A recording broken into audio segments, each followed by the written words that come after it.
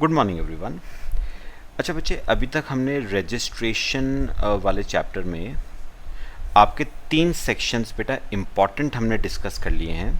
कौन कौन से बेटा? सेक्शन 22, 23 और 24। आज जो बेटा सेक्शन 25 पे चलते हैं, जो कि बात करता है प्रोसीजर फॉर रजिस्ट्रेशन।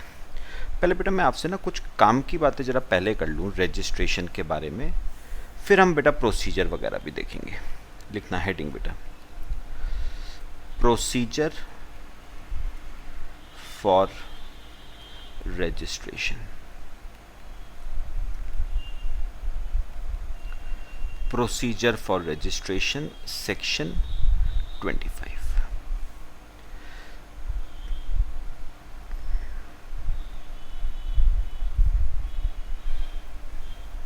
ठीक है बच्चे, चलो फर्स्ट पॉइंट बेटा, अगर मैं आपसे रजिस्ट्रेशन की बेटा बात करूं ना, तो बेटा हमारे जीएसटी में रजिस्ट्रेशन 2 तरीके का होता है बेटा, ध्यान से देखना। रजिस्ट्रेशन बेटा, रजिस्ट्रेशन ना 2 तरीके का होता है। एक तो होता है बेटा कंपल्सरी रजिस्ट्रेशन, मतलब आपको रजिस्ट्रेशन बेटा करवाना ही करवाना है। कंपल्सरी रजिस्ट्रेशन, आपको बेटा रजिस्ट्रेशन करवाना ही करवाना है, कंपल्सरी। और दूसरे को बेटा हम कहते हैं वॉलंटरी रजिस्ट्रेशन। बेटा वॉलंटरी रजिस्ट्रेशन का मतलब क्या है? रजिस्ट्रेशन करवाने के लिए वैसे आप लायबल हो नहीं, लेकिन अगर करवाना चाहते हो तो हम रोकेंगे भी नहीं। तो बेटा कंपल्सरी रजिस्ट्रेशन तो मतलब बेटा आपको करवाना ही करवाना है रजिस्ट्रेशन। वॉलंटरी मतलब करवाना चाहते हो करवा लो, नहीं करवाओगे तो भी कोई दिक्कत नहीं है। तो बेटा कंपल्सरी रजिस्ट्रेशन कब होता है बेटा? सुनो, पढ़ा हुआ है बेटा हमने। मुझे एक बात बताओ बच्चे, अगर आपका एग्रीगेट टर्नओवर बच्चे एक्सीड कर जाए किसको? थ्रेशहोल्ड लिमिट को। 10 लाख, 20 लाख और थर्ड कैटेगरी में गुड्स के केस में तो बेटा 40 लाख भी है। तो अगर आपका एग्रीगेट टर्नओवर थ्रेशहोल्ड लिमिट को एक्सीड कर जाता है तो कंपल्सरी रजिस्ट्रेशन है बेटा। सेक्शन कौन से सेक्शन में? सेक्शन 22 में। सेक्शन 22 ही तो थ्रेशहोल्ड लिमिट की बात करता है। तो सेक्शन 22 में कंपल्सरीली आपको रजिस्टर करवाना पड़ेगा। अगर आपका एग्रीगेट टर्नओवर थ्रेशहोल्ड लिमिट को एक्सीड कर जाता है तो बेटा मर्जी नहीं है, कंपल्शन है, आपको करवाना पड़ेगा रजिस्ट्रेशन। या फिर बेटा persons covered under section 24, persons covered under section 24, यानी बेटा अगर आप इंटर स्टेट सप्लाई कर रहे हो, इको हो, casual taxable person, non resident taxable person, जो OIDAR सर्विस प्रोवाइड कर रहे हैं वगैरह वगैरह, तो जो सेक्शन 24 में लोग कवर्ड हैं उनको तो irrespective of their aggregate turnover registration compulsorily कराना ही कराना है। तो बेटा ये 2 केसेस हैं जब आपको रजिस्ट्रेशन कंपल्सरीली कराना ही कराना है। अगर एग्रीगेट टर्नओवर थ्रेशहोल्ड लिमिट को एक्सीड करता है तो सेक्शन 22 में रजिस्ट्रेशन करवाना है, और अगर आप सेक्शन 24 में कवर्ड हो तो irrespective of your aggregate turnover आपको रजिस्ट्रेशन करवाना है।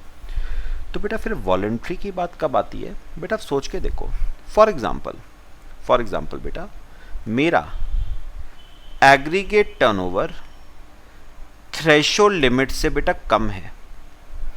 तो पहले एक बार बताओ, मेरा एग्रीगेट टर्नओवर थ्रेशहोल्ड लिमिट से कम है, तो बताओ क्या मैं रजिस्ट्रेशन लेने के लिए लायबल हूं बेटा? The answer is no. लेकिन क्या मैं अगर चाहूं तो मैं रजिस्ट्रेशन करवा सकता हूं?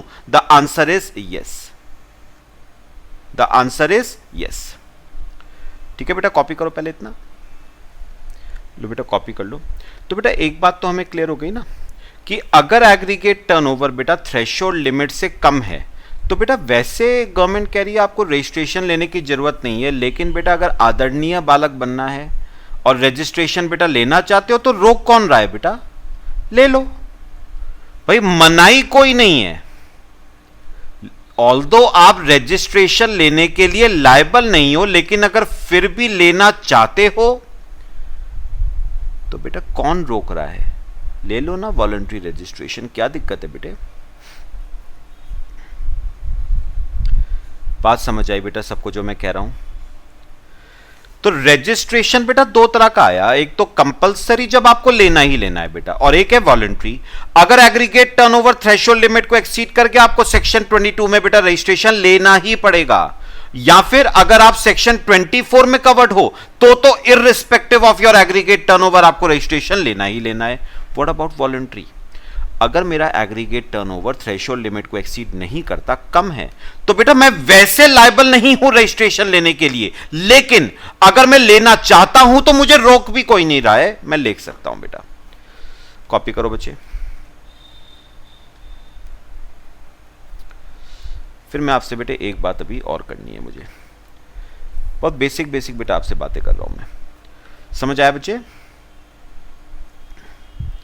ठीक है, चलो अब आओ बेटा एक बात और। सेकंड बेटा आपको पता है अच्छी तरह कि जीएसटी में रजिस्ट्रेशन स्टेट वाइज होता है, इसका मतलब स्टेट बेस्ड रजिस्ट्रेशन है, मतलब आपको हर उस स्टेट में, हर उस यूनियन टेरिटरी में आपको रजिस्ट्रेशन लेना पड़ेगा जहां से आप क्या कर रहे हो बेटा, टैक्सेबल सप्लाई। तो मैं जिस जिस स्टेट से मैं टैक्सेबल सप्लाई कर रहा हूं, मुझे हर उस स्टेट में, हर उस यूनियन टेरिटरी में रजिस्ट्रेशन लेना पड़ेगा बेटा। ये तो हमने किया हुआ है ना, स्टेट बेस्ड रजिस्ट्रेशन है बेटा। इस पे मैं जरा एक डिस्कशन आपसे कर लूं बेटा, वैसे वो मैंने पहले करा हुआ है सप्लाई चैप्टर में, फिर से एक बार कर लेते बेटा। ये देखो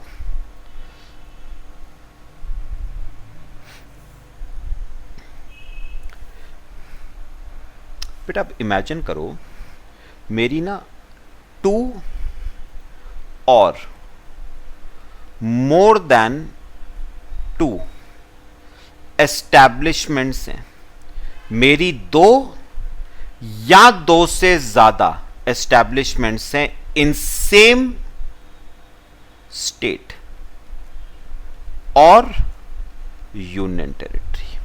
मेरी 2 या 2 से ज्यादा एस्टैब्लिशमेंट्स हैं बेटा। एस्टैब्लिशमेंट्स वर्ड को काफी डिटेल में मैंने चैप्टर 2 में डिस्कस किया था।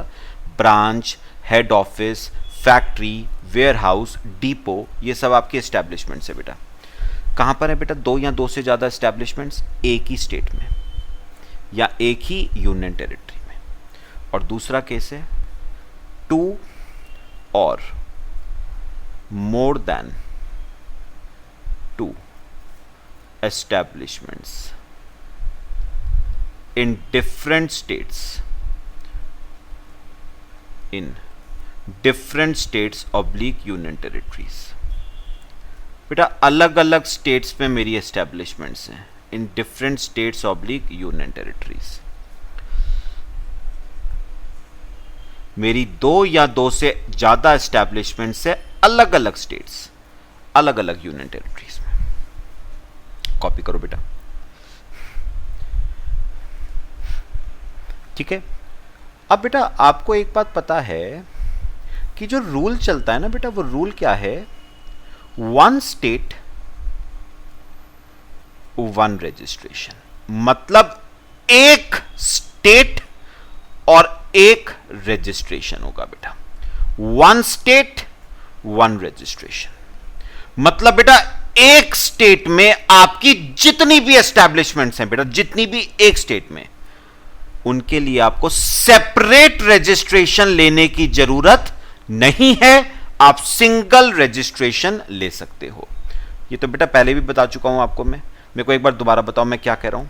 मैं कह रहा हूं एक ही स्टेट में अगर मेरी 2 या 2 से ज्यादा एस्टैब्लिशमेंट्स हैं तो मुझे सेपरेट रजिस्ट्रेशन लेने की जरूरत नहीं है। I can obtain a single registration in respect of all establishments with in a single state. पक्का? लेकिन हां, अगर आपकी एस्टैब्लिशमेंट्स अलग अलग स्टेट्स में हैं बेटा, तो आपको हर का सेपरेट रजिस्ट्रेशन लेना पड़ेगा। लेकिन बेटा गवर्नमेंट ने एक बात कही है, ध्यान से बेटा सुनिए मेरी बात जो मैं कहूंगा। मैंने क्या कहा, एक स्टेट में या एक यूनियन टेरिटरी में बचे मेरी दो या दो से ज्यादा एस्टैब्लिशमेंट्स हैं। तो बेटा गवर्नमेंट वैसे तो क्या कह रही है, वैसे तो कह रही है कि आप सबके रिस्पेक्ट में एक रजिस्ट्रेशन आप ले सकते हो, सिंगल रजिस्ट्रेशन लो, अलग अलग रजिस्ट्रेशन लेने की जरूरत नहीं है, आप सिंगल रजिस्ट्रेशन लो। याद करो मैंने आपको यह बात बताई थी, जब आप सब एस्टैब्लिशमेंट्स के रिस्पेक्ट में एक रजिस्ट्रेशन लेते हो तो आपको मेंशन करना पड़ता है किसी एक एस्टैब्लिशमेंट को as your principal place of business, और बाकी आपकी बन जाएंगी एडिशनल प्लेसेस ऑफ बिजनेस। यह बेटा मैं डिस्कस कर चुका हूं आपसे। अगर मेरी एक स्टेट में काफी सारी एस्टैब्लिशमेंट्स हैं, ठीक है, और मैं सब एस्टैब्लिशमेंट्स के रिस्पेक्ट में एक रजिस्ट्रेशन लेता हूं, तो एक को मेंशन करना पड़ेगा as principal place of business, तो बाकी बेटा कहलाएंगी आपकी एडिशनल प्लेसेस ऑफ बिजनेस। बेटा रूल सिंपल है ना, एक स्टेट एक रजिस्ट्रेशन। एक स्टेट में जितनी भी एस्टैब्लिशमेंट्स हैं एक रजिस्ट्रेशन लोगे सबके रिस्पेक्ट में, ठीक है। लेकिन बच्चे मेरे पास एक ऑप्शन है, मेरे पास क्या है, एक ऑप्शन। अगर मैं सिंगल रजिस्ट्रेशन नहीं लेना चाहता in respect of all establishments with in a single state, बल्कि मैं हर एस्टैब्लिशमेंट का सेपरेट रजिस्ट्रेशन करवाना चाहता हूं, तो बेटा क्या करवा सकता हूं? बिल्कुल बेटा, ऑप्शनल है, दिस इज ऑप्शनल। क्या मैं सारी एस्टैब्लिशमेंट्स को, ऑल्दो सिंगल स्टेट में है, सेम स्टेट में है, सेपरेटली रजिस्टर करवाना चाहता हूं, तो क्या मैं करवा सकता हूं? बिल्कुल करवा सकते हो बेटा, यह ऑप्शन आपके पास है। अगर आप सेपरेट रजिस्ट्रेशन करवाना चाहते हो करवाओ, शौक से करवाओ, ऑल्दो जरूरी नहीं है, कंपल्शन नहीं है, लेकिन करवाना चाहते हो तो कोई रोक भी नहीं रहा है आपको।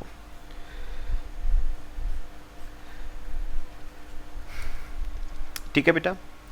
अब मुझे एक बात मैंने आपको बताई थी कि जीएसटी में बंदे की पहचान उसकी शक्ल सूरत से नहीं है बेटा, जीएसटी में उसकी पहचान है उसके रजिस्ट्रेशन नंबर से। जो रजिस्ट्रेशन नंबर है ना वो आपकी आइडेंटिटी है बेटा, ठीक है। शक्ल सूरत का कोई रोल नहीं है बेटा, जीएसटी में रजिस्ट्रेशन नंबर जो है वो आपकी पहचान है। अब मुझे बेटा एक बात बताओ, अगर मैं सारी एस्टैब्लिशमेंट्स का एक ही रजिस्ट्रेशन लेता हूं जो with in a single state है, एक ही रजिस्ट्रेशन है ना बेटा, तो कितने रजिस्ट्रेशन नंबर हैं? एक ही, तो सबको बेटा क्या माना जाएगा? Same person. तो सबको क्या माना जाएगा? Same person.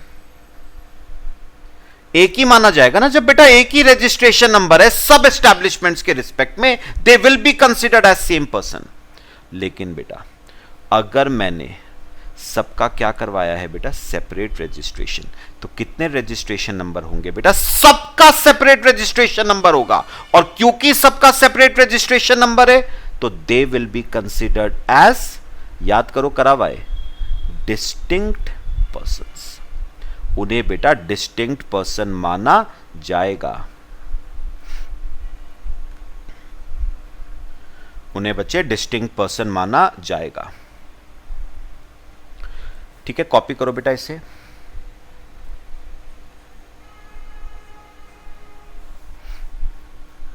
तो अगर तो आप सारी एस्टैब्लिशमेंट्स जो with in a single state हैं एक ही रजिस्ट्रेशन लेते हो तो सेम पर्सन माना जाएगा सबको, लेकिन आप हर एस्टैब्लिशमेंट का अलग रजिस्ट्रेशन करवाते हो, although they fall with in a single state, उन सबको बेटा डिस्टिंक्ट पर्सन माना जाएगा, उन्हें अलग अलग पर्सन माना जाएगा, ऑल्दो एक ही पर्सन को बिलोंग करते हैं लेकिन रजिस्ट्रेशन अलग है ना, तो उन्हें सेपरेट पर्सन माना जाएगा, डिस्टिंक्ट पर्सन माना जाएगा।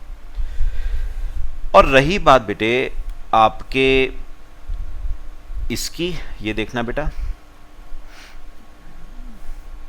रही बात बेटा टू और more than two establishments in different states और यूनियन टेरिटरी, तो बेटा इसमें तो कोई ऑप्शन है ही नहीं आपके पास, आपको सेपरेट रजिस्ट्रेशन ही लेना पड़ेगा बेटा, कंपलसरी है, ऑप्शनल नहीं है, कंपल्शन है।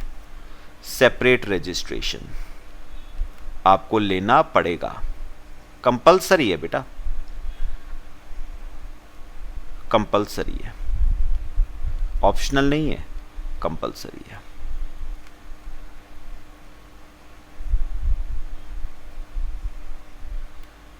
ठीक है, और बेटा क्योंकि सेपरेट रजिस्ट्रेशन है तो इन सबको बच्चे डिस्टिंक्ट पर्सन माना जाएगा, इन सबको क्या माना जाएगा बेटा, डिस्टिंक्ट पर्सन।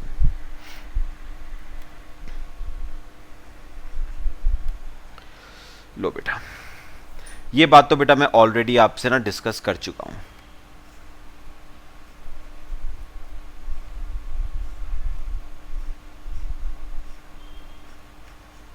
लो बेटा कॉपी करो इसे, फिर मैं आपको ना एक एग्जांपल देता हूं, कॉपी करो बेटा।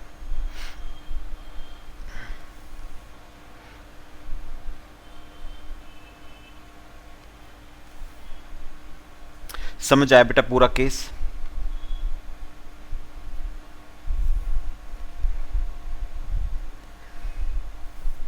करें बेटा एक एग्जांपल, देखो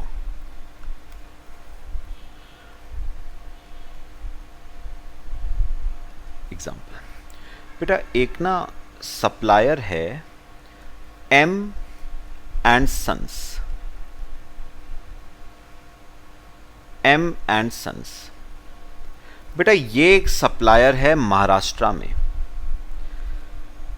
अ supplier in Maharashtra, a supplier in Maharashtra. बेटा ये जो सप्लायर है ना, इसकी महाराष्ट्र में बचे 3 ब्रांचेस हैं, महाराष्ट्र में बेटा इसकी 3 ब्रांचेस हैं, महाराष्ट्र में इसकी 3 ब्रांचेस है बेटा। एक ब्रांच तो है मुंबई में, एक ब्रांच है बेटा इसकी पुणे में, और एक ब्रांच है इसकी महाबलेश्वर में। तो 3 ब्रांचेस है बेटा, पुणे, मुंबई और महाबलेश्वर। कॉपी करो इसे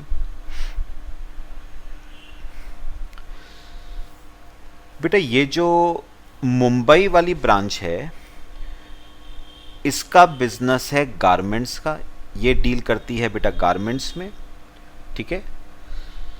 पुणे वाली ब्रांच भी डील करती है आपकी गारमेंट्स में, ठीक है। और महाबलेश्वर वाली डील करती है बेटा शूज में, ये आपकी डील करती है शूज में, ठीक है। चलो अब बेटा मैं आपसे पूछूंगा, मुझे आप बताना, अब मुझे एक बात का जवाब दो, एम एंड सन्स के पास बेटा 2 रास्ते हैं, एम एंड सन्स के पास 2 रास्ते हैं। या तो बेटा वो क्या करे, वो ऑब्टेन करे सिंगल रजिस्ट्रेशन, क्या ले सकता है बेटा, एक ही स्टेट के अंदर 3 एस्टैब्लिशमेंट्स हैं तो तीनों का सेपरेट रजिस्ट्रेशन करवाना जरूरी नहीं है, एक ही स्टेट में है तो आप चाहो तो सिंगल रजिस्ट्रेशन आप ले सकते हो। तो या तो एम एंड सन्स ले सिंगल रजिस्ट्रेशन, या तो एम एंड सन्स क्या ले बेटा, सिंगल रजिस्ट्रेशन। कॉपी करो, ठीक है। अच्छा, सिंगल रजिस्ट्रेशन अगर वो लेता है तो उसे एक ब्रांच को स्पेसिफाई करना पड़ेगा as principal place of business, और बाकी 2 ब्रांचेस उसकी कहलाएंगी एडिशनल प्लेसेस ऑफ बिजनेस। जैसे सपोज उसने मुंबई वाली ब्रांच को कहा ये तो है प्रिंसिपल प्लेस ऑफ बिजनेस, और पुणे एंड महाबलेश्वर वाली आपकी क्या हो गई बेटा? महाबलेश्वर वाली आपकी एडिशनल प्लेस ऑफ बिजनेस। ठीक है बेटा। और क्योंकि बच्चे सिंगल रजिस्ट्रेशन लिया है तो इन्हें क्या माना जाएगा बेटा? सेम पर्सन माना जाएगा, इन्हें सेम पर्सन माना जाएगा। ठीक है, चलो अब बेटा ऑप्शन है, एम एन सन्स के पास एक ऑप्शन है, क्या? वो चाहे तो इन एस्टैब्लिशमेंट्स के रिस्पेक्ट में सेपरेट रजिस्ट्रेशन भी ले सकता है, मतलब तीनों को सेपरेटली रजिस्टर भी करवा सकता है। ठीक है बेटा, चाहे तो वो, ये ऑप्शनल है बेटा, वो चाहे तो तीनों को सेपरेट रजिस्ट्रेशन भी करवा सकता है। और बेटा क्योंकि वो सेपरेट रजिस्ट्रेशन करवा रहा है से, तो बेटा उसे उसकी तीनों एस्टैब्लिशमेंट्स को क्या माना जाएगा बेटा? डिस्टिंक्ट पर्सन माना जाएगा बेटा, उसे डिस्टिंक्ट पर्सन माना जाएगा। ठीक है, अब सुनना मेरी बात, एक काम की बात बेटा करूंगा आपसे। क्या माना जाएगा? Distinct person. चलो बात समझ आ गई। अब आप सोचोगे कि सर फर्क क्या पड़ता है, सेम पर्सन है या डिस्टिंक्ट पर्सन? बेटा बहुत फर्क पड़ता है, मैं आपको एग्जांपल देके बताता हूं। बेटा अगर तो डिस्टिंक्ट पर्सन है ना, अगर डिस्टिंक्ट पर्सन, सुनना, सपोज ये मुंबई वाली ब्रांच है बेटे, मुंबई वाली ब्रांच, ये बेटा पुणे वाली ब्रांच है। अब सुनो, मुंबई वाली ब्रांच पुणे वाली ब्रांच को गुड्स भेजती है, गुड्स का सप्लाई करती है विदाउट कंसिडरेशन। मुंबई वाली ब्रांच पुणे वाली ब्रांच को गुड्स की सप्लाई करती है विदाउट कंसिडरेशन। तो बेटा इस पे क्या आएगा बेटा? इसे सप्लाई माना जाएगा बेटा। आपने पढ़ा हुआ है शेड्यूल 1, याद करो, एक्टिविटीज और transactions which are regarded as supply even though without consideration. मैंने उसमें बताया था सप्लाई बिटवीन डिस्टिंक्ट पर्सन। तो मुंबई वाली ब्रांच पुणे वाली ब्रांच को अगर गारमेंट्स भेजती है ऑल्दो विदाउट कंसिडरेशन, उसे सप्लाई माना जाएगा। और बेटा उस ट्रांजैक्शन पे क्या आएगा? जीएसटी आएगा। और एक काम की बात और बताऊं बेटा, मुंबई ब्रांच पुणे ब्रांच को इशू करेगी टैक्स इनवॉइस। बेटा ये अभी मैं डिटेल में नहीं जा रहा हूं, या फिर बिल ऑफ सप्लाई, ये मैंने अभी पढ़ाया नहीं है बेटा आपको। मुंबई वाली ब्रांच पुणे वाली ब्रांच को इशू करेगी टैक्स इनवॉइस या बिल ऑफ सप्लाई। कब इशू होगा टैक्स इनवॉइस, कब इशू होगा बिल ऑफ सप्लाई, अभी बात की बात है। पक्का बताओ, क्लियर? अच्छा, व्हाट अबाउट अगर ये सेम पर्सन है बेटा, सेम पर्सन है, तो मुंबई वाली ब्रांच पुणे वाली ब्रांच को गुड्स भेजती है विदाउट कंसिडरेशन, तो बेटा इसे सप्लाई बेटा नहीं माना जाता है बेटे, इसे सप्लाई नहीं माना जाता। क्यों? क्योंकि सप्लाई हुई है बिटवीन सेम पर्सन्स। मैं खुद ही को सप्लाई कर रहा हूं बेटा, इसे सप्लाई नहीं माना जाता। सप्लाई तब है जब एक पर्सन ने दूसरे को करी हो, मतलब डिस्टिंक्ट पर्सन्स के बीच में सप्लाई हुई हो, तो इसे सप्लाई नहीं माना जाएगा। सप्लाई नहीं माना जाएगा तो बेटा इस पे जीएसटी नहीं आएगा। जीएसटी नहीं आएगा तो ना तो टैक्स इनवॉइस इशू करने की जरूरत है, ना बेटा बिल ऑफ सप्लाई इशू करने की जरूरत है। तो ये बेटा आपका फर्क है between same person and distinct person. ठीक है, तो याद रखना, अगर आपने सेपरेट रजिस्ट्रेशन करवाया तो आपको जीएसटी भी चार्ज करना पड़ेगा, ठीक है, और टैक्स इनवॉइस भी आपको इश्यू करनी पड़ेगी।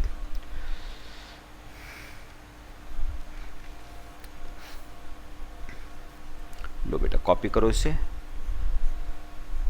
ये बेटा हमने रजिस्ट्रेशन पे ना थोड़ा सा बेटा डिस्कशन किया है, लेकिन वैसे कोई नई बात नहीं करी है बेटा मैंने अभी, ये सब हमने पहले करी हुई है। कॉपी करो बेटा, फिर आगे चलते हैं।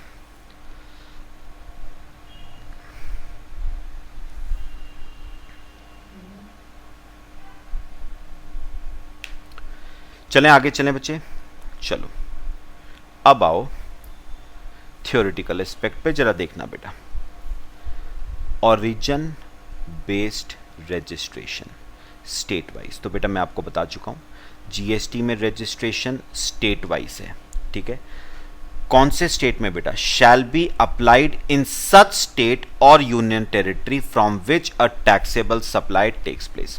तो जिस स्टेट से, जिस यूनियन टेरिटरी से आप टैक्सेबल सप्लाई कर रहे हो, हर उस स्टेट, हर उस यूनियन टेरिटरी में आपको रजिस्ट्रेशन लेना पड़ेगा, ठीक है। अच्छा बेटा, टाइम लिमिट क्या है for filing application for registration? Important है बेटा, इस पे क्वेश्चन आ जाता है। Time limit for filing application for registration, सुनना बेटा।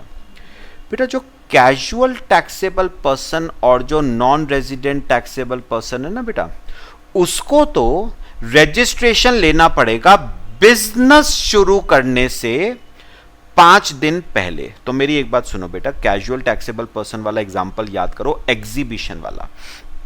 तो बेटा मेरे को बताओ, मेरा फिक्स्ड प्लेस ऑफ बिजनेस कहां था बेटा? उत्तराखंड में। मैं दिल्ली में जाना चाहता हूं एग्जीबिशन लगाने के लिए, तो एग्जीबिशन दिल्ली में लगाने से पहले 5 दिन पहले आपको रजिस्ट्रेशन के लिए अप्लाई करना पड़ेगा। तो जिस दिन मैं एग्जीबिशन लगाना चाहता हूं उससे कम से कम 5 दिन पहले आपको रजिस्ट्रेशन के लिए अप्लाई करना पड़ेगा, ठीक है। और सेम केस है एनआरटीपी के लिए। एनआरटीपी कौन होता है बेटा? जिसका फिक्स प्लेस ऑफ बिजनेस कहां पर है? इंडिया के बाहर, लेकिन वो इंडिया आता है और इंडिया में कुछ सप्लाई करता है, इंडिया में उसका फिक्स प्लेस ऑफ बिजनेस नहीं है।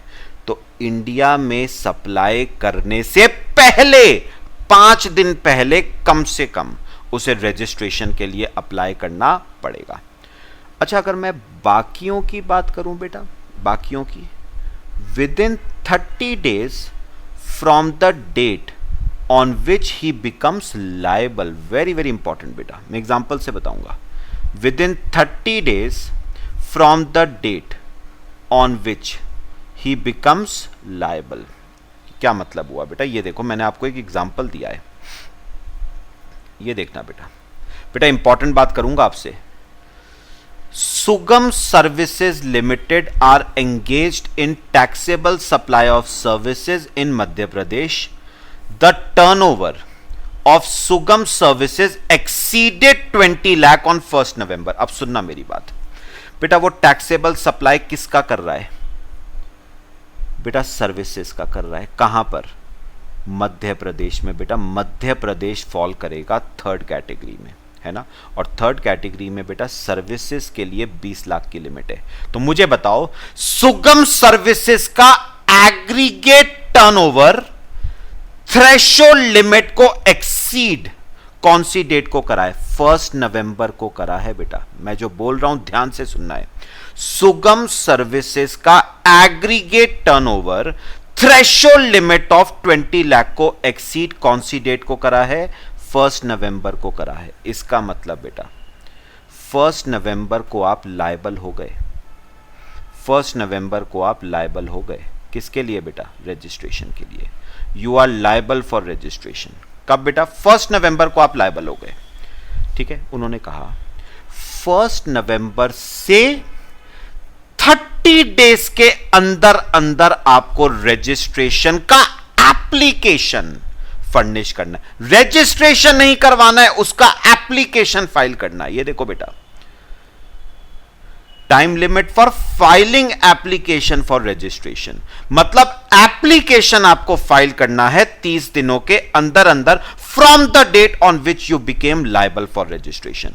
तो मैं लायबल हुआ 1 नवंबर को, वहां से 30 दिन अगर मैं करूं तो बेटा 29 दिन तो बचे हैं नवंबर के और 1 दिन दिसंबर का। मतलब 1 December is the last date of filing application for registration. इसका मतलब बेटा 1 दिसंबर तक आपको रजिस्ट्रेशन का एप्लीकेशन फाइल करना पड़ेगा। तो 30 दिनों के अंदर अंदर, 30 दिन कहां से, जिस दिन आप रजिस्ट्रेशन के लिए लायबल हुए हो वहां से 30 दिनों के अंदर अंदर आपको रजिस्ट्रेशन का एप्लीकेशन फर्निश करना पड़ेगा बेटे। तो अगर मैं 1 नवंबर को बेटा लायबल हुआ हूं तो 1 नवंबर में 30 डेज ऐड करो, 1 दिसंबर तक आपको एप्लीकेशन फर्निश करना पड़ेगा बेटे। Last date of filing application for registration. पक्का बताओ बेटा, बात समझ आई? पक्का सुनना मेरी बात, अभी ना काम खत्म नहीं हुआ। मैं एक बात है जो मैं अभी बता दूं बेटा आपको। अब सुनो, मैं 2 केस ले रहा हूं, 2 केस। असेसी यानी सुगम services, assessee furnishes application on 15th नवंबर। ठीक है, बात समझ आई बेटा? तो मेरे को बताओ, असेसी ने रजिस्ट्रेशन का एप्लीकेशन 15 तारीख को सबमिट किया।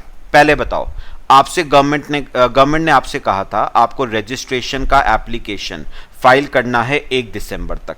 मैंने बेटा 15 नवंबर तक ही कर दिया। पहले बताओ, गवर्नमेंट की बात मैंने मानी या नहीं मानी? ना बेटा। तो इफेक्टिव, सुनना बेटा, बात कर रहा हूं काम की। इफेक्टिव डेट ऑफ रजिस्ट्रेशन पता है बेटा क्या मानी जाएगी? इफेक्टिव डेट ऑफ रजिस्ट्रेशन आपकी मानी जाएगी 1 नवंबर, जिस दिन आप रजिस्ट्रेशन के लिए क्या हुए थे, लायबल। मतलब बेटा, अगर मैं 30 दिनों के अंदर अंदर, मैं क्या बोल रहा हूं, अगर मैं 30 दिनों के अंदर अंदर एप्लीकेशन फर्निश कर देता हूं फॉर रजिस्ट्रेशन, तो मेरी इफेक्टिव डेट ऑफ रजिस्ट्रेशन 1 नवंबर को ही माना जाएगा, जिस दिन मैं रजिस्ट्रेशन के लिए लायबल हुआ था। तो अगर मैं बेटा 15 तारीख को सबमिट करता हूं, 15 नवंबर, तो मेरी इफेक्टिव डेट ऑफ रजिस्ट्रेशन 1 नवंबर मानी जाएगी। मतलब बेटा यह माना जा रहा है कि आपने 1 नवंबर से रजिस्ट्रेशन ले लिया है। ऑल्दो बेटा आपने 1 नवंबर के बाद लिया, लेकिन टाइम लिमिट के अंदर अंदर ले लिया ना। उन्होंने 30 डेज दिए थे, 30 डेज के अंदर अंदर आपने रजिस्ट्रेशन ले लिया, तो माना जाएगा कि आपने 1 नवंबर से रजिस्ट्रेशन ले लिया है। ठीक है। अच्छा, मैं अगर 25 नवंबर को लेता हूं बेटा, इफेक्टिव डेट ऑफ रजिस्ट्रेशन 1 नवंबर मानी जाएगी। अगर मैं 30 नवंबर को लेता हूं बेटा, इफेक्टिव डेट ऑफ रजिस्ट्रेशन 1 नवंबर मानी जाएगी। What if second point, copy कर लो बेटा पहले, इतना कॉपी कर लो बच्चे, इतना पहले जरूर कर लेना बेटा ये कॉपी। अच्छा, अब बेटा एक सिचुएशन और लो। Assessee furnishes application on 5th December. मतलब बेटा आपने, गवर्नमेंट ने जो आपको 30 दिन का समय दिया था, आपने बेटा 30 दिनों के अंदर अंदर एप्लीकेशन फर्निश नहीं करी, आपने गवर्नमेंट की कही हुई बात का उल्लंघन किया बेटा। इस केस में क्या होगा, सुना, ध्यान से सुनना जो मैं कहूंगा। बेटा असेसी ने एप्लीकेशन कब फर्निश करा? 5 दिसंबर। ठीक है, फिर लिखना registration granted on 10 December. Registration granted on 10 दिसंबर। तो बेटा इस केस में ना इफेक्टिव डेट ऑफ रजिस्ट्रेशन 1 नवंबर नहीं मानी जाएगी बेटा। 1 नवंबर तब मानी जाएगी अगर आपने गवर्नमेंट की कही हुई बात को माना, लेकिन आपने गवर्नमेंट की कही हुई बात को नहीं माना। गवर्नमेंट ने आपको 30 दिन का समय दिया था 1 नवंबर से, मतलब 1 दिसंबर तक आपको एप्लीकेशन फर्निश करनी थी, आपने नहीं करी बेटा। तो गवर्नमेंट ने कहा अगर आपने हमारी बात नहीं मानी ना, तो फिर जिस दिन आपको रजिस्ट्रेशन ग्रांट किया गया है उस दिन को माना जाएगा इफेक्टिव डेट ऑफ रजिस्ट्रेशन। मतलब 10 दिसंबर को माना जाएगा इफेक्टिव डेट ऑफ रजिस्ट्रेशन। माना जाएगा आपने रजिस्ट्रेशन कौन सी डेट को लिया बेटा? 10 दिसंबर को लिया। तो अगर तो आप 30 दिनों के अंदर अंदर ले लेते हो तो हम मानेंगे कि आपने 1 नवंबर से आपने रजिस्ट्रेशन ले लिया है। ठीक है। लेकिन अगर आप 30 दिनों में नहीं लेते तो हम मानेंगे जिस दिन आपको रजिस्ट्रेशन हमने दिया उस दिन को हम इफेक्टिव डेट ऑफ रजिस्ट्रेशन मानेंगे। बेटा काम की बात है, एमसीक्यू में आ जाता है बेटा कई बार, ये मैं अभी पढ़ाता भी हूं बेटा आपको, ठीक है बच्चे। ये देखो बेटा नीचे, ये मैंने अगले पेज पे बेटा दे रखा है, ये देखना, ये देखो बेटा इफेक्टिव डेट ऑफ रजिस्ट्रेशन। तो एक बात बताओ बेटा, अगर मैं एप्लीकेशन 30 दिनों के अंदर अंदर फाइल कर देता हूं तो मेरी इफेक्टिव डेट ऑफ रजिस्ट्रेशन कौन सी मानी जाएगी? Date from which he became liable for registration, date from which he become liable for registration, that is 1 November. लेकिन अगर मैं 30 दिनों में एप्लीकेशन फर्निश नहीं करता, 30 दिन के बाद करता हूं, तो जिस दिन मुझे रजिस्ट्रेशन इशू हुआ है उस दिन को माना जाएगा इफेक्टिव डेट ऑफ रजिस्ट्रेशन। मतलब 10 दिसंबर को इफेक्टिव डेट ऑफ रजिस्ट्रेशन माना जाएगा। पक्का बताओ बेटा, बात समझ आई सबको? काम की बात थी बेटे। तो अगर तो आप 30 दिनों में फर्निश कर देते हो, 30 दिन कहां से बेटा? From the date on which you became liable for registration. अगर आप वहां से 30 दिनों में फर्निश कर देते हो तो जिस दिन आप रजिस्ट्रेशन के लिए लायबल हुए थे उस दिन को माना जाएगा इफेक्टिव डेट ऑफ रजिस्ट्रेशन। मतलब गवर्नमेंट ये मान के चल रही है कि 1 नवंबर से आपने रजिस्ट्रेशन ले लिया है। लेकिन अगर आप 30 दिनों में एप्लीकेशन फर्निश नहीं करते हो तो जिस दिन आपको रजिस्ट्रेशन सर्टिफिकेट इश्यू किया गया है उस डेट को माना जाएगा इफेक्टिव डेट ऑफ रजिस्ट्रेशन। लो बेटा, समझ आया बच्चे?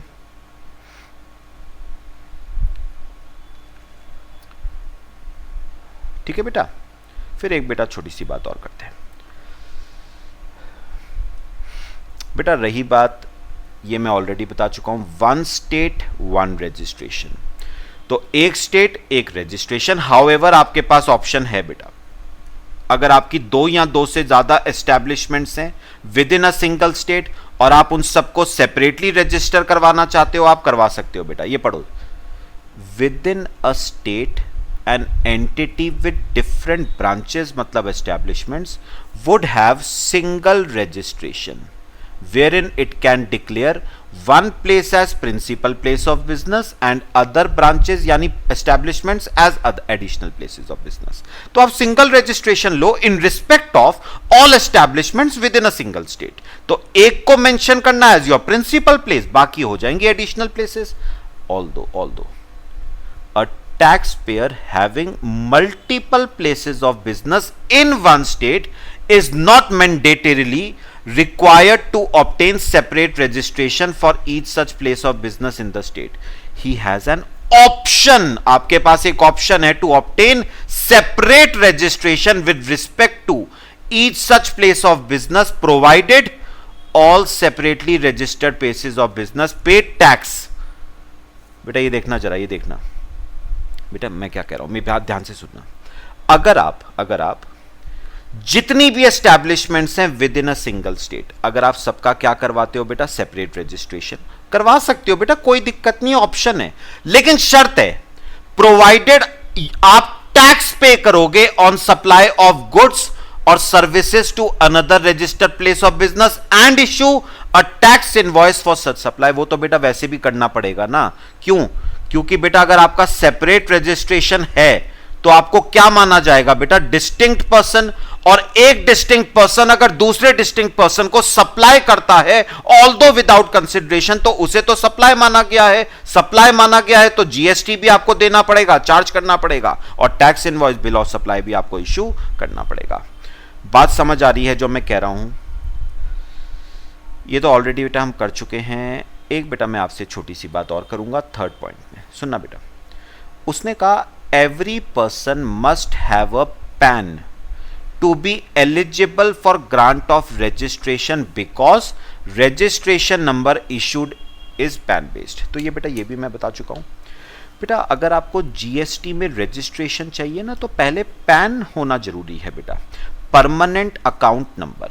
जब तक आपके पास परमानेंट अकाउंट नंबर नहीं है, आप जीएसटी रजिस्ट्रेशन के लिए अप्लाई नहीं कर पाओगे, क्योंकि जीएसटी में रजिस्ट्रेशन पैन के आधार पे किया जाता है। तो पहले आपको पैन के लिए अप्लाई करना पड़ेगा, फिर आप जीएसटी के लिए अप्लाई कर पाओगे। अच्छा, he shall be issued a GS tin.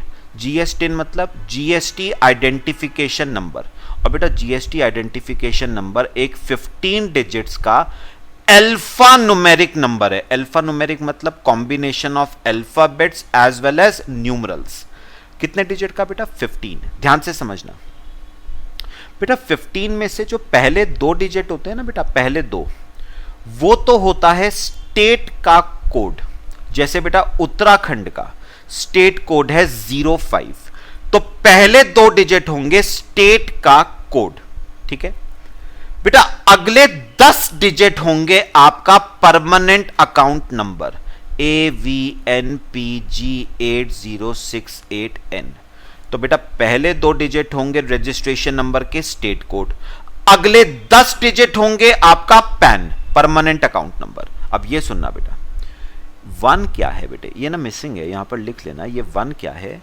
ये 1 होता है बेटा entity number in same state. क्या मतलब हुआ बेटा इसका? सुनना ध्यान से सुनना। Entity number in same state बेटा, अगर ध्यान से सुनना बेटा, अगर आपकी 2 या 2 से ज्यादा एस्टैब्लिशमेंट्स हैं एक स्टेट में, मैंने क्या कहा बेटा मेरी बच्चे? उत्तराखंड में 2 एस्टैब्लिशमेंट्स हैं, देहरादून में बेटे, मसूरी में 2 एस्टैब्लिशमेंट्स हैं एक स्टेट में। मैं बेटा दोनों का सेपरेट रजिस्ट्रेशन करवाना चाहता हूं। पहले बताओ करवा सकता हूं या नहीं? बिल्कुल करवा सकता हूं। मैं देहरादून का भी करवाना चाहता हूं सेपरेट, और मसूरी का भी सेपरेट करवा सकता हूं बेटा। अब सुनो, अगर आप दोनों का सेपरेट रजिस्ट्रेशन करवाओगे, ध्यान से सुनना, दोनों का सेपरेट रजिस्ट्रेशन करवाओगे तो रजिस्ट्रेशन नंबर दोनों के अलग आएंगे भाई। देहरादून का अलग आएगा, मसूरी का अलग आएगा। सुनना, दोनों के रजिस्ट्रेशन नंबर के पहले 2 अल्फाबेट बेटा 05 ही होंगे। दोनों के पहले 2 अल्फाबेट बेटा 05 ही होंगे। क्यों? क्योंकि देहरादून भी उत्तराखंड में है, मसूरी भी उत्तराखंड में है, तो स्टेट तो वही पड़ा ना, उत्तराखंड। तो दोनों के पहले 2 अल्फाबेट बेटा 05 ही होंगे, ठीक है। अच्छा, अगले 10 अल्फाबेट भी दोनों के सेम होंगे। पैन आएगा ना अगले 2 अल्फाबेट, अगले 10 अल्फाबेट में बेटा। तो मेरी एस्टैब्लिशमेंट है, मेरा पैन तो वही है ना, अब चाहे देहरादून में हो चाहे मसूरी में हो, तो अगले 10 अल्फाबेट भी सेम होंगे। अब ये सुनना बेटा, ये डिफरेंट होगा। कैसे?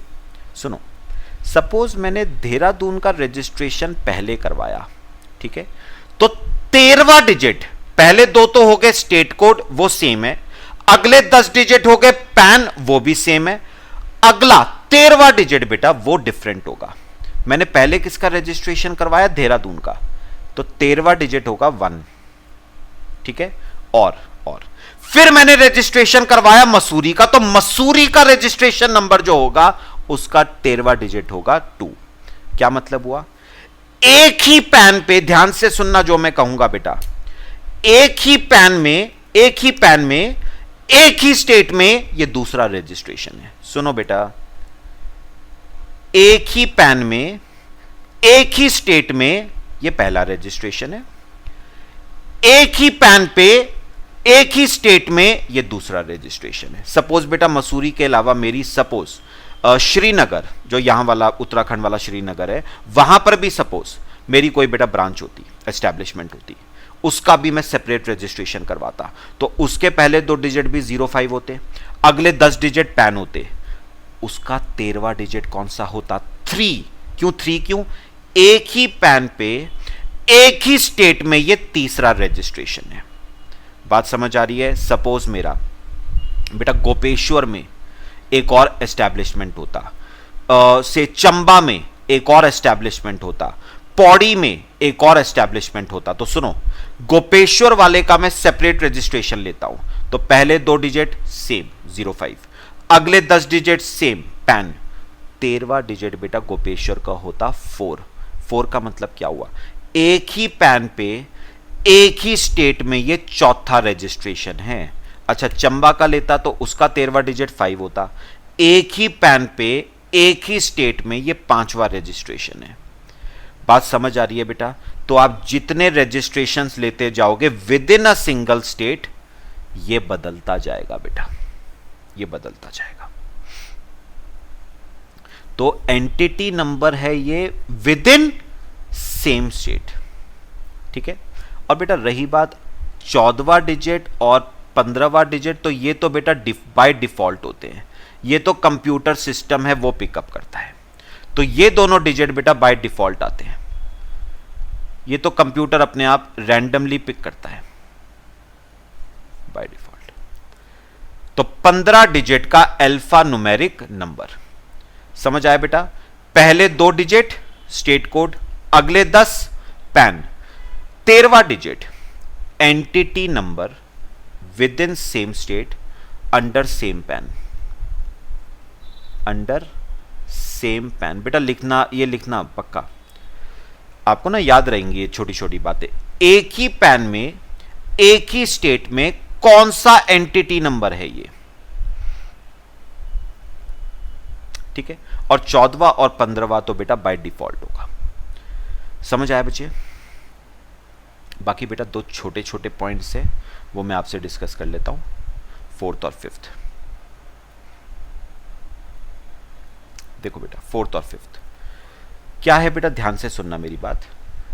Any specialised agency of United Nation organisation और any multilateral financial institution and organization as notified under United Nations Privileges and Immunities Act 1949, consulate or embassy of foreign countries is required to obtain UIN, that is unique identity number from GST portal। बेटा ये मेरी बात ना थोड़ी सी सुनना।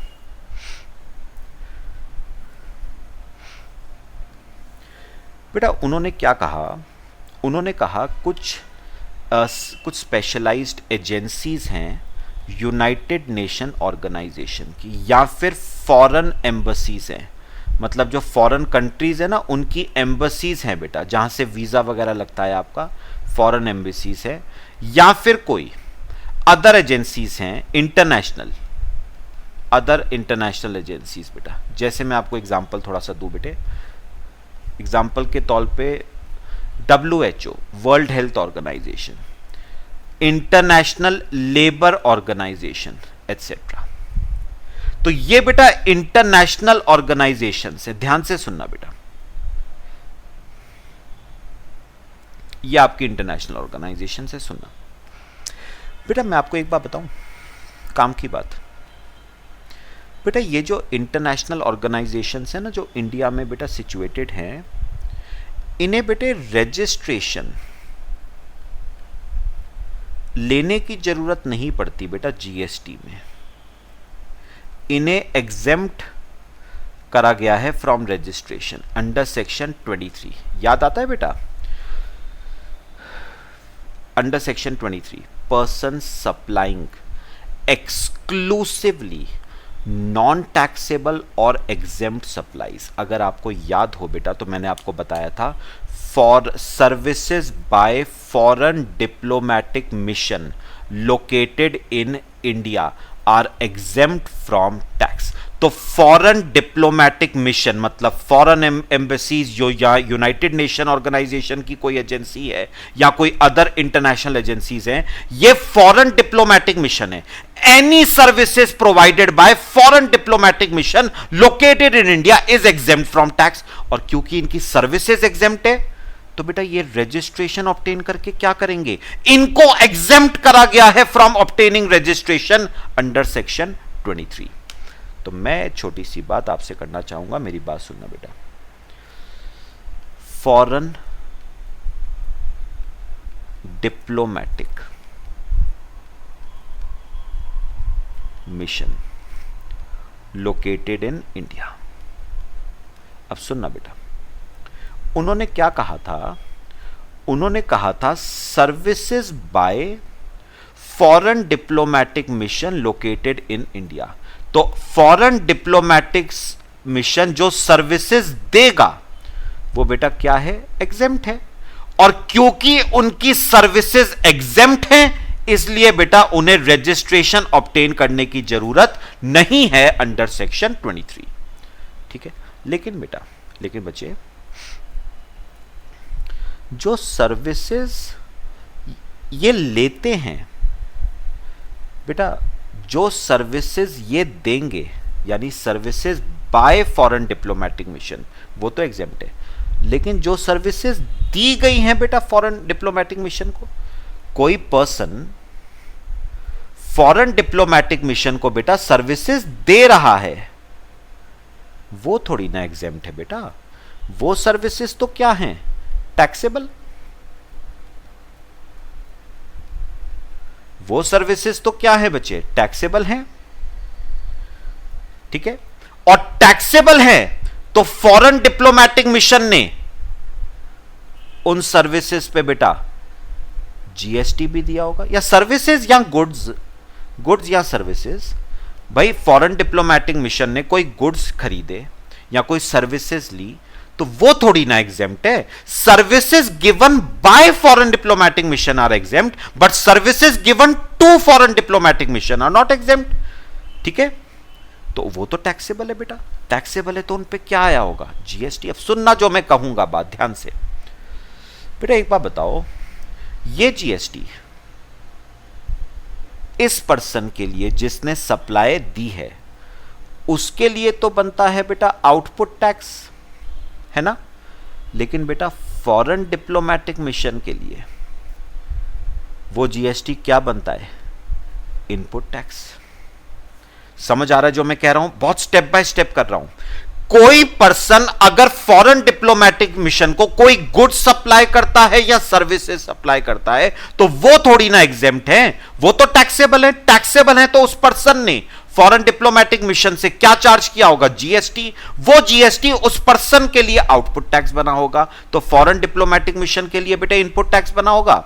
सुनो, अब मुझे बताओ इस इनपुट टैक्स का क्या मिलता है, क्रेडिट मिलता है, पढ़ा हुआ है आपने। इस इनपुट टैक्स का क्या मिलता है बेटा, क्रेडिट मिलता है। बेटा इनपुट टैक्स का क्रेडिट किसके अगेंस्ट मिलेगा, आउटपुट टैक्स के अगेंस्ट। भाई इनपुट टैक्स का क्रेडिट किसके अगेंस्ट लोगे, आउटपुट टैक्स के अगेंस्ट। लेकिन बेटा प्रॉब्लम पता है क्या है, समझ के देखो, समझ के देखो, बिल्कुल लॉजिकल बात कर रहा हूं। प्रॉब्लम यह है कि फॉरेन डिप्लोमेटिक मिशन का आउटपुट टैक्स होता ही नहीं है। क्यों नहीं होता, क्योंकि इनकी सर्विसेज को क्या रखा गया है, एग्जेम्प्ट। बेटा जब आप जो सर्विसेज दोगे वो एग्जेम्प्ट है, मतलब आप टैक्स चार्ज कर ही नहीं सकते। अब जब टैक्स चार्ज नहीं कर सकते तो बेटा आउटपुट टैक्स तो जीरो हो गया ना। तो एक बात समझो, ध्यान से सुनना, मैं क्या कहना चाह रहा हूं बेटा, बात समझो। मैं अगर पूछूं आपसे फॉरेन डिप्लोमेटिक मिशन का आउटपुट टैक्स कितना होगा, निल। लेकिन बेटा फॉरेन डिप्लोमेटिक मिशन का इनपुट टैक्स निल नहीं होगा। इनपुट टैक्स निल थोड़ी ना होगा भाई। जिस पर्सन से फॉरेन डिप्लोमेटिक मिशन ने गुड्स लिए होंगे या सर्विसेज ली होंगी, उसने तो फॉरेन डिप्लोमेटिक मिशन से टैक्स चार्ज किया होगा ना, तो वो टैक्स फॉरेन डिप्लोमेटिक मिशन के लिए बनता है इनपुट टैक्स। तो बेटा आउटपुट टैक्स निल है, लेकिन इनपुट टैक्स निल नहीं है। इनपुट टैक्स एग्जिस्ट करता है। सपोज बेटा आउटपुट टैक्स तो जीरो है, इनपुट टैक्स 10,000 रुपए है सपोज। तो बेटा गवर्नमेंट पता क्या कह रही है, आप इस 10,000 रुपए का क्या ले सकते हो, रिफंड ले लो, रिफंड ऑफ टैक्स। ये 10,000 रुपए का हम आपको क्या दे देंगे बेटे, रिफंड दे देंगे हम आपको। आप इस 10,000 रुपए का क्या ले सकते हो, रिफंड। बात बताओ बेटा, समझ आया सबको। फिर गवर्नमेंट ने क्या कहा, आप इस 10,000 रुपए का रिफंड ले सकते हो। You can claim refund of income, sorry GST. आप इस 10,000 रुपए का क्या ले सकते हो बेटा, रिफंड ले सकते हो। लेकिन एक प्रॉब्लम आई। प्रॉब्लम क्या आई? मैंने कहा मैं फॉरेन डिप्लोमेटिक मिशन हूँ, मैंने कहा रिफंड कैसे लूँगा, मैंने तो रजिस्ट्रेशन लिया नहीं है और ना मुझे रजिस्ट्रेशन लेने की ज़रूरत है। तो गवर्नमेंट ने ना एक प्रोविज़न निकाला। गवर्नमेंट ने कहा ठीक है, आपको रजिस्ट्रेशन लेने की ज़रूरत नहीं है एज पर सेक्शन 23, लेकिन रिफंड अगर आपको लेना है ना तो आपको ना जीएसटी की वेबसाइट पे जाके आपको अप्लाई करना पड़ेगा यूआईएन के लिए। यूआईएन मतलब यूनिक आइडेंटिटी नंबर। आपको इस यूनिक आइडेंटिटी नंबर के लिए अप्लाई करना पड़ेगा और इसी यूनिक आइडेंटिटी नंबर के बेसिस पे आपको टैक्स का रिफंड दिया जाएगा। बिना इस यूनिक आइडेंटिटी नंबर के आपको रिफंड ऑफ टैक्स नहीं दिया जाएगा। आपको रजिस्ट्रेशन नहीं लेना है, हम रजिस्ट्रेशन लेने को नहीं कह रहे हैं, लेकिन आपको यूनिक आइडेंटिटी नंबर लेना पड़ेगा in order to claim refund of tax.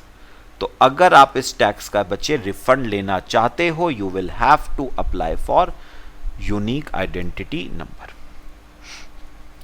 तो बेटा जितनी भी इंटरनेशनल एजेंसीज हैं सबके ऊपर ये वाला क्लॉज क्या करेगा, अप्लाई करेगा। दो एग्जांपल्स बेटा मैंने आपको दिए हैं। World health organisation, international labour organisation, जितनी भी फॉरेन एम्बसीज इंडिया में लोकेटेड है जो वीजाज वगैरह लगाती हैं, सबके ऊपर बेटा ये वाला क्लॉज अप्लाई करता है। They will have to obtain unique identity number in order to claim GST refund. अगर वो रिफंड चाहते हैं तो उन्हें बेटा यूआईएन के लिए अप्लाई करना पड़ेगा। ठीक है बेटे, कॉपी करो।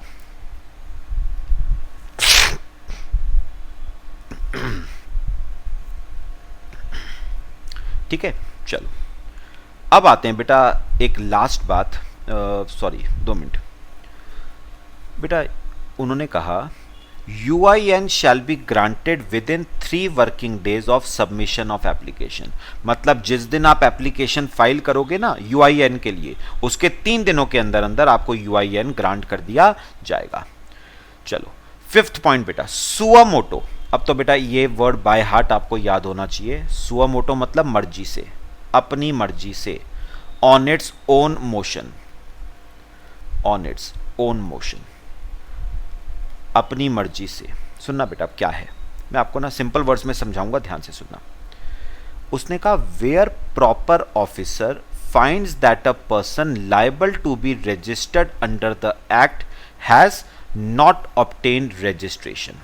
तो बेटा अगर असेसिंग ऑफिसर को, बेटा असेसिंग ऑफिसर को ना यहां पर नाम प्रॉपर ऑफिसर दिया गया है, तो अगर प्रॉपर ऑफिसर को यह लगता है कि आपको रजिस्ट्रेशन लेना चाहिए था, लेकिन असेसी ने अभी तक रजिस्ट्रेशन ऑब्टेन नहीं किया है, तो असेसिंग ऑफिसर यानी प्रॉपर ऑफिसर सुआमोटो अपनी मर्जी से, अपनी इच्छा से, on its own motion, on its own motion बेटा आपको टेम्पररी बेसिस पे क्या कर देगा, रजिस्टर कर देगा अपनी मर्जी से, अपनी इच्छा से। तो सुनो, अगर असेसिंग ऑफिसर को यह लगता है कि इस पर्सन को रजिस्ट्रेशन लेना चाहिए था लेकिन उसने रजिस्ट्रेशन नहीं लिया है, तो असेसिंग ऑफिसर अपनी मर्जी से, अपनी इच्छा से सुआमोटो आपका रजिस्ट्रेशन कर देगा, but on a temporary basis.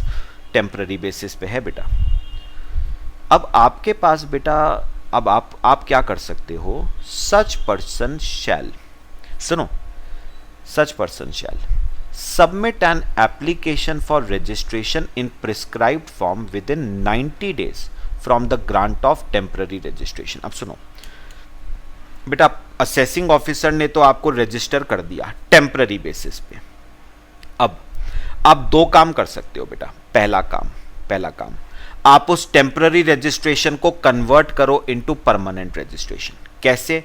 आपको बेटा उसके टेम्पररी रजिस्ट्रेशन ग्रांट करने के 30 दिनों के अंदर अंदर, सॉरी 90 डेज के अंदर अंदर आपको एप्लीकेशन फर्निश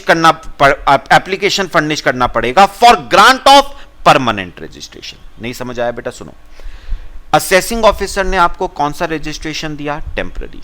ठीक है, अब आप 2 काम कर सकते हो। पहला, उस टेम्पररी को कन्वर्ट करो इनटू परमानेंट। कैसे होगा परमानेंट में कन्वर्ट? एक एप्लीकेशन फाइल करो for registration with in 90 days from the grant of temporary registration. मतलब जिस दिन उसने आपको टेम्पररी बेसिस पे रजिस्ट्रेशन दिया है उसके 90 दिनों के अंदर अंदर एक एप्लीकेशन फाइल करो फॉर परमानेंट रजिस्ट्रेशन। पहला। दूसरा, आप सुनो दूसरा। बेटा मैं असेसिंग ऑफिसर के ना इस जबरदस्ती के रजिस्ट्रेशन से सेटिस्फाइड नहीं हूं। भाई असेसिंग ऑफिसर कहता है कि हमारे हिसाब से आपको रजिस्ट्रेशन लेना चाहिए, ठीक है। मैं कहता हूं नहीं, I am not liable for registration. वो कह रहा है रजिस्ट्रेशन लेना चाहिए, आपका एग्रीगेट टर्नओवर थ्रेशोल्ड लिमिट से एक्सीड कर रहा है। मैं कह रहा हूं नहीं, I am not liable for registration, मेरा एग्रीगेट टर्नओवर थ्रेशोल्ड लिमिट को एक्सीड नहीं करता है, ठीक है। मतलब हम दोनों के बीच में बेटा डिस्प्यूट हो रहे हैं। तो उसने सुआ मोटो मेरा टेम्पररी रजिस्ट्रेशन कर दिया, लेकिन मैं सेटिस्फाइड नहीं हूं बेटा। तो मेरे पास एक ऑप्शन है बेटा। मैं एक अपील फाइल कर सकता हूं उस असेसिंग ऑफिसर के अगेंस्ट विद एपीलेट अथॉरिटी, ठीक है। तो मैं अगर उसके टेम्पररी रजिस्ट्रेशन से सेटिस्फाइड नहीं हूं तो उसके ऑर्डर के अगेंस्ट मैं एपीलेट अथॉरिटी के पास जाके क्या फाइल कर सकता हूं? अपील। अब बेटा अगर एपीलेट अथॉरिटी कहती है हां ठीक है आप रजिस्ट्रेशन के लिए लायबल नहीं हो, तो फिर तो बात ही खत्म हो गई। You are not liable for registration.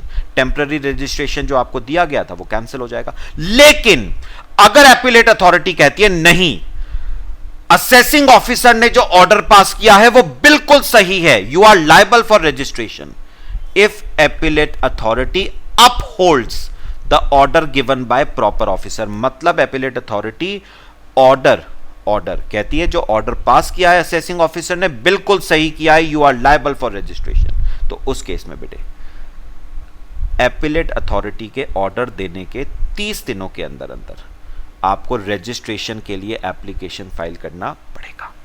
तो स्टेप्स क्लियर हो रहे हैं बेटा? मैं दोबारा रिपीट कर रहा हूं। अगर असेसिंग ऑफिसर को यह लगता है कि आपको रजिस्ट्रेशन लेना चाहिए था लेकिन आपने रजिस्ट्रेशन नहीं लिया है तो वो सुआ मोटो आपका रजिस्ट्रेशन कर देगा टेम्पररी बेसिस पे। अब आपके पास दो ऑप्शन है, या तो आप उसके ऑर्डर जो उसने पास किया है ऑर्डर उसको मान लो और 90 दिनों के अंदर अंदर परमानेंट रजिस्ट्रेशन के लिए क्या कर दो? अप्लाई। लेकिन अगर आप उसके ऑर्डर को नहीं मानते हो, आप उसके ऑर्डर से सहमत नहीं हो, तो उसके ऑर्डर के खिलाफ एक अपील फाइल कर सकते हो आप एपीलेट ट्रिब्यूनल में।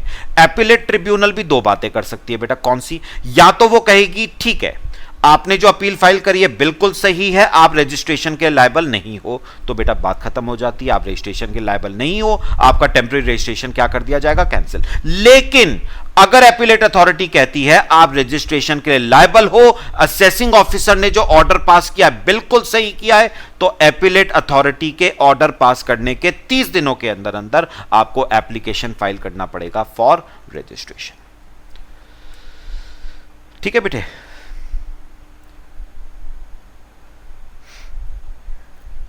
चलो बेटा आज इतना ही करते हैं, काफ़ी कर लिया बेटा डिस्कस, बाकी हम नेक्स्ट क्लास में डिस्कस करेंगे। मेरे ख्याल से बच्चे हमने रजिस्ट्रेशन का आज जितना डिस्कस किया क्लियर हुआ सबको। चलो बेटा बाकी नेक्स्ट क्लास में डिस्कस करते हैं। Till then thank you.